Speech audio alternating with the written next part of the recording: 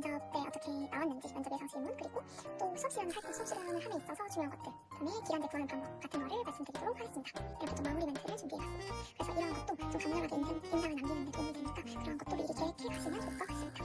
이런 것들을 다 준비해 가시면 분명히 기간제 채용에 합격하실 수 있을 것 같아요. 안녕하세요, 민집입니다. 제가 처음으로 이런 정보성 영상을 찍게 되었는데요. 일단 제가 최근에 기간제 채용도 봤었고 그 다음에 임용 2차도 경험을 했습니다. 근데 최종적으로 이제 기간제를 하게 됐는데 그 기간제 채용 정보를 막 알아보면서 생각보다 정보가 너무 부족하더라고요. 그래서 제가 이번에 정보성 영상을 찍게 되었습니다. 자소서 팁, 그리고 면접 때 어떻게 나왔는지, 면접 예상 질문, 그리고 또 수업 실현을 할 때 수업 수련을 함에 있어서 중요한 것들, 그다음에 기간제 구하는 방법 같은 거를 말씀드리도록 하겠습니다. 제가 첫 번째로 말씀드릴 거는 기간제를 구할 때 가장 고려해야 될 점들인데요. 어떤 걸 고려하면 좋을지 말씀드리도록 하겠습니다. 일단 첫 번째로 지원한 학교를 고를 때 가장 중요한 거는 거리입니다. 거리는 최대한 1시간은 절대 넘지 않는 것이 좋고 좀 최소로 갈아타고 최소로 걸을 수 있는 곳을 선택하는 게 좋습니다. 그래서 거리를 따져보고 그 다음은 기간인데요. 기간은 6개월도 있고 1년도 있어요. 그리고 만약에 좀 되게 급하게 공고가 나는 경우에는 1년도 아니고 6개월도 아니고 그냥 몇 개월 혹은 몇 주인 경우도 있는데 이거는 좀 극히 드문 경우니까 1년이나 6개월 중에서 선택을 하시면 될 것 같아요. 일단 1년의 장점은요. 1년을 하고 나서 그 실업급여를 받을 수 있고 그 다음에 거기다가 퇴직금까지 받을 수 있다는 거예요. 물론 6개월을 해도 실업급여는 받을 수 있는데요. 그 6개월 같은 경우에 어떤 학교 같은 경우에는 예를 들어서 1학기 같은 경우에 3월 1일부터 8월 31일까지가 있을 때 그 3월 1일부터 8월 31일까지가 한 학기인데 약간 교묘하게 뭐 8월 14일까지라든지 이렇게 계약을 하는 학교가 있습니다. 저도 실제로 그런 공고를 본 적이 있어서 이런 곳들은 굉장히 피하는 게 좋습니다. 왜냐하면 구직급여를 실업급여를 받으려면 최소한 180일을 근무를 해야 되는데 그 180일을 딱 채울 수 있는 그런 기간을 선택하시는 게 좋습니다. 그래서 얌체 계약 같은 걸 좀 조심하시고 웬만하면 6개월이 풀로 차 있는 곳, 그리고 더 좋은 거는 1년을 구하면 좋습니다. 저도 1년이랑 6개월을 둘 다 구했었는데 각각 장단점은 분명한 것 같아요. 그래서 제가 판단할 때에는 만약에 임용에 도전하실 분이라면 6개월을, 그게 아니라 난 경력을 쌓고 지금 이제 일을 해서 돈을 벌고 싶은 분이시라면 1년을 선택하는 것을 추천드립니다. 그 다음에 저는 무경력인 경우에 어떻게 학교를 구하는지를 알려드릴게요. 저 같은 경우에도 딱 시간 강사 경력 1년만 있었고 기간제 경력이 아예 없었습니다. 그래서 이러한 경우에는 학교를 고를 때 굉장히 좀 신중하게 골라야 됩니다. 일단 첫 번째로는 강남권이나 자사고, 특목고에 지원하지 않는 것입니다.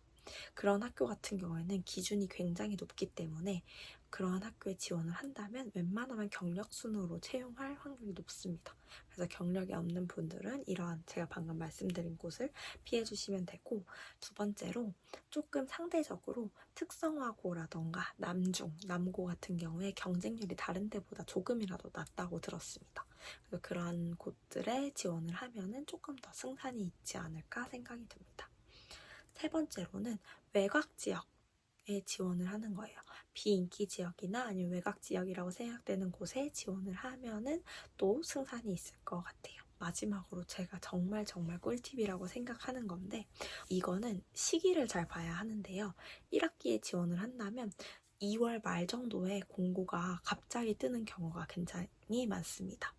왜냐면 갑자기 휴직을 내신다거나 아니면 갑자기 특정 교과 한 자리가 빈다거나 할 때 급하게 2월 말에 공고를 올릴 때에는 접수 기간이 만약에 일주일이 되더라도 사실상 초기 한 3일에 지원자만 받아서 진짜 전형을 진행하는 경우를 제가 굉장히 여러 번 봤습니다.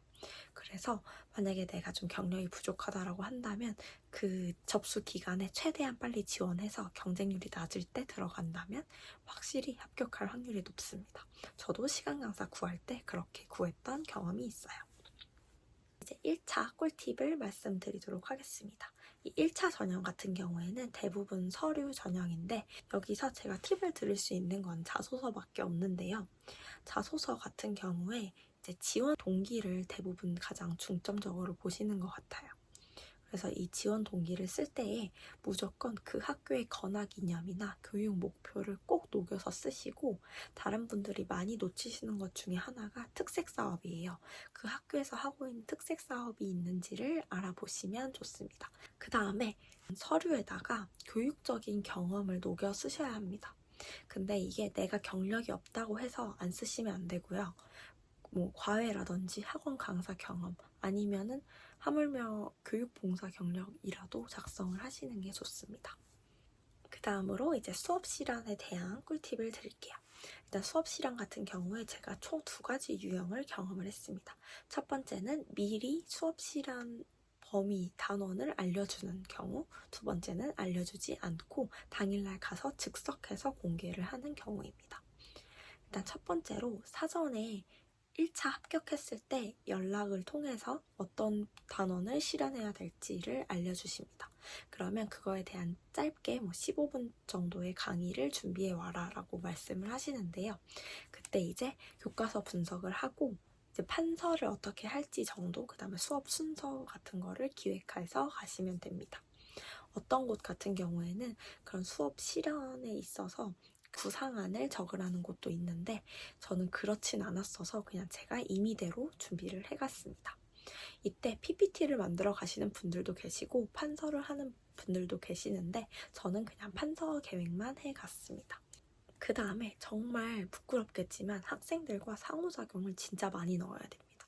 상호작용하는 과정을 무조건 보여줘야지 이 선생님이 진짜 수업 경험이 있구나라는 것을 어필을 할 수 있습니다. 첫 번째로 저는 이게 개인적으로 저만의 꿀팁인데요. 교과 단원이 어떻게 연계되는지 혹은 아니면 모의고사에 빈출되는 주제다라는 그런 언급 정도를 해주면 굉장히 학교에서 좋게 보시는 것 같습니다. 그래서 이러한 점들을 좀 녹인다면 나 생각보다 교육과정 되게 잘 꿰고 있어 라는 인식을 심어주면서 경력이 좀 부족하더라도 신뢰감을 줄 수 있어요. 마지막으로 이제 면접 팁을 드리도록 하겠습니다. 저는 개인적으로 수업 실험보다 면접이 조금 더 중요하다고 생각이 들었는데 그 이유가 거기 앉아 계시는 분들이 다 부장교사 그리고 교감, 교장, 이사장 이렇게 앉아 계시는데 그분들은 함께 일할 사람을 뽑는 거잖아요. 그렇다 보니까 수업보다는 이 사람이 함께 일했을 때 어떤 도움을 줄 수 있는지 혹은 이 학교에 얼마나 잘 녹아들 수 있는지를 보시는 것 같았습니다. 그 다음에 두 번째로는 미션 스쿨인 경우가 있어요. 그 기독교 재단 같은 경우에는 무조건 관련해서 질문이 딸려옵니다. 그렇다 보니까 내가 종교적인 부분에서 어떻게 지도를 할 수 있는지 혹은 내가 거부감을 가지는 학생들한테 어떤 정도의 지도를 할 수 있는지 정도는 생각을 해가시면 좋을 것 같습니다. 세 번째로는 교과 지도 그리고 학생 지도 면에서 내가 어떠한 방안을 사용할 수 있는지 나만의 방안을 한 가지씩 준비해 가셔야 됩니다.